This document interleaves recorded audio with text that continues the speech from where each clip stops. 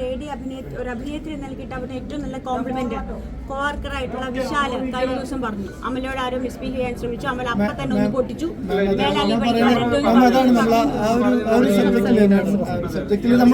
നമ്മളത് പറഞ്ഞിരുന്നു ആളുമായിട്ടുള്ള ഒരു അണ്ടർസ്റ്റാൻഡിംഗ് ആയിരുന്നു. അതുകൊണ്ട് റിക്വസ്റ്റ് ആണ്. നമുക്ക് കാണാൻ ഞാനും ഷോക്ക്ഡ് ആണ് ഹേമ കമ്മിറ്റി റിപ്പോർട്ട് പുറത്തു വന്നപ്പോൾ നിങ്ങളെല്ലാവരും പോലെ തന്നെ. ആൻഡ് വളരെ ഡിസ്റ്റർബിംഗ് ആയിട്ടുള്ള ഒരുപാട് കാര്യങ്ങളാണ് പുറത്തു വന്നതും ഒരിക്കലും എക്സ്പെക്ട് ചെയ്യാൻ പറ്റാത്ത പല ആളുകളുടെ കാര്യങ്ങളെല്ലാം നമ്മൾ അറിഞ്ഞു. ബട്ട് ഐ ഹോപ്പ് ഇതിനൊരു ജസ്റ്റിഫിക്കേഷൻ ഉണ്ടാവുമെന്ന് പ്രതീക്ഷിക്കുന്നു, പ്രാർത്ഥിക്കുന്നു. കാരണം ഇതൊരു ബസ്സായി വന്ന് ഭയങ്കര ന്യൂസായി വന്ന് അത് ഹൈഡ് ആകാതെ അല്ലെങ്കിൽ അതിന് വേണ്ട ഡ്യൂ ഇമ്പോർട്ടൻസ് അതിന് കിട്ടണം. ആൻഡ് അതിനൊരു ജസ്റ്റിഫിക്കേഷൻ ഉണ്ടാവണം, ലീഗൽ ജസ്റ്റിഫിക്കേഷൻ ഉണ്ടാവണം എന്നാണ് ഞാനും പ്രാർത്ഥിക്കുന്നത്. So that's all I can say right now. Yes, of course. കാരണം ഇത് പുറത്തു കൊണ്ടുവരാൻ വേണ്ടി ഇതിന്റെ പിന്നിൽ ഒരുപാട് there was a strong women group, women in collective അത്ര സ്ട്രോങ് ആയിട്ട് അവർ അതിനു വേണ്ടി പ്രയത്നിച്ചിട്ടുണ്ട്. അത് അവരുടെ ഹാർഡ് വർക്ക് ആണ്. വിത്ത് ദ ഹെൽപ്പ് ഓഫ് കോർട്ടും എല്ലാവരും ഹെൽപ്പ് ചെയ്തുകൊണ്ടാണ് അത് പുറത്തേക്ക് വന്നത്. വിത്ത് ദ ഹെൽപ്പ് ഓഫ് അവർ ലീഗൽ സിസ്റ്റം. അപ്പോൾ അതുകൊണ്ട് തീർച്ചയായിട്ടും ഡെഫിനറ്റ്ലി ഇതിന് നല്ലൊരു റിസൾട്ട് തന്നെ ഉണ്ടാവും. എംഎംഎ ഇപ്പോൾ ഭരണസമിതി പിരിച്ചുവിട്ടിരിക്കുകയാണ്. ഇനി പുതിയ നേതൃസ്ഥാനം വരണം, സ്ത്രീ വരണമെന്നാണോ? സ്ത്രീകൾ വരണം. എല്ലായിടത്തും 50% ആണല്ലോ വരേണ്ടത്. അപ്പൊ അതുപോലെ തന്നെ അങ്ങനെ തന്നെയാണ് വരേണ്ടത്.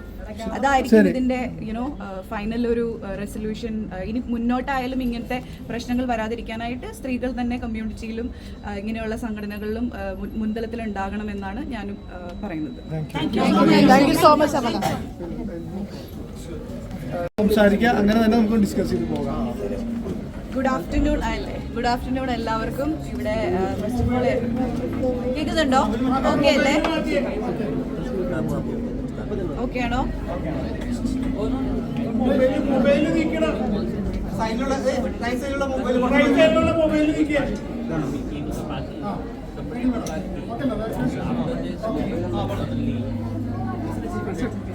റെഡി? എല്ലാവർക്കും നമസ്കാരം. ഒത്തിരി സന്തോഷത്തോടെയാണ് ഞാൻ ഇന്ന് കിൻഡർ ഹോസ്പിറ്റലിൻ്റെ ഈ വാട്ടർ ബർത്തിങ് സെൻറ്റർ ഇനോഗ്രേറ്റ് ചെയ്തിട്ട് ഇവിടെ നിൽക്കുന്നത്. എല്ലാവർക്കും അറിയാം കിൻഡർ ഹോസ്പിറ്റലായിരുന്നു എൻ്റെയും ഡെലിവറി. ആക്ച്വലി ഒരു കുഞ്ഞു ജനിക്കുമ്പോൾ ഒരു അമ്മയും കൂടെ ജനിക്കുന്നു എന്നാണല്ലോ പറയുന്നത്. അത് ശരിക്കും എക്സ്പീരിയൻസ് ചെയ്ത ഒരാളാണ് ഞാൻ. അപ്പോൾ എൻ്റെ ത്രൂ ഔട്ട് പ്രഗ്നൻസി കെയർ, അത് കഴിഞ്ഞുള്ള ഡെലിവറി, എൻ്റെ postmortem phase, I am still going through it. So അപ്പം അതിലെല്ലാം കിൻഡർ ഹോസ്പിറ്റലിൻ്റെ സപ്പോർട്ട് വളരെ വളരെ വലുതായിരുന്നു. അതുകൊണ്ട് തന്നെ എനിക്ക് മാത്രമല്ല, ഐ എം ഷുവർ ഇവിടെ വരുന്ന ഓരോ മദേഴ്സിനും കിൻഡർ ഹോസ്പിറ്റൽ ഒരു ഫാമിലി പോലെയാണ്. വി ഓൾ നോ അബൌട്ട് അവരുടെ എല്ലാ വർഷവും അവർ നടത്തുന്ന ഫാഷൻ ഷോ, അതുപോലെ പല പല ഒരുപാട് interesting events they keep it happening for all the pregnant women.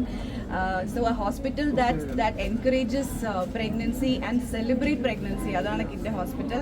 And ഞാൻ പ്രഗ്നൻ്റ് ആയിരുന്നപ്പോഴും ഞാൻ ഫസ്റ്റ് പ്രിഫർ ചെയ്തിരുന്നത് വാട്ടർ ബർത്ത് ആണ്. ഞാൻ അതിനുവേണ്ടി ഒരുപാട് സ്ഥലങ്ങൾ അന്വേഷിച്ചു. പക്ഷെ ഞാൻ നാച്ചുറൽ ബർത്തിങ് സെൻറ്റേഴ്സിലെല്ലാം പോയപ്പം അവിടെ NICU ഫെസിലിറ്റി ഉണ്ടായിരുന്നില്ല. അപ്പോൾ ഫസ്റ്റ് ടൈം ആയതുകൊണ്ട് നമുക്കതൊരു കുറച്ച് എല്ലാവർക്കും ഒരു ടെൻഷനായിരുന്നു NIC ഇല്ലാത്തത് കൊണ്ട്. അപ്പം ഒരു ഹോസ്പിറ്റലിൽ വാട്ടർ ബർത്തിങ് സെൻറ്റർ ഉണ്ടാകുക എന്ന് പറയുന്നത് ഒരു വലിയ ഭാഗ്യമായിട്ടാണ് ഞാൻ കണക്കാക്കുന്നത്. അത് നമ്മുടെ കേരളത്തിലെ ഫസ്റ്റ് ടൈം ആണ്. അപ്പം എല്ലാ മദേഴ്സും മദർ ടു ബി ഈ ഒരു ഫെസിലിറ്റി അതിൻ്റെ ബെസ്റ്റോട് കൂടി തന്നെ ഉപയോഗിക്കണം എന്ന് ഞാൻ പറയുന്നു. ആൻഡ് ഇത് ഇനോഗ്രേറ്റ് ചെയ്യാനായിട്ട് എന്നെ വിളിച്ചതിന് thanks to Kinder hospital and thank you sir chairman. ഇതൊരു വലിയൊരു ഓണറായിട്ട് ഞാൻ കണക്കാക്കുന്നു. So thank you to all of you for being here. മറ്റു കാര്യങ്ങൾ ചോദിച്ചോട്ടെ അമല? അതാ പറഞ്ഞത്, ഇതൊരു സ്പെസിഫിക് ഈ ഒരു കാര്യത്തിൽ തന്നെ നമുക്ക് അതിനെക്കുറിച്ച് പിന്നീട് സംസാരിക്കാം. ഈ ഒരു സബ്ജക്റ്റിൽ തന്നെ എന്നുള്ള ഒരു ഡിസ്കഷൻ ഉണ്ടായിരുന്നു. അതുകൊണ്ടായിരുന്നു ഈ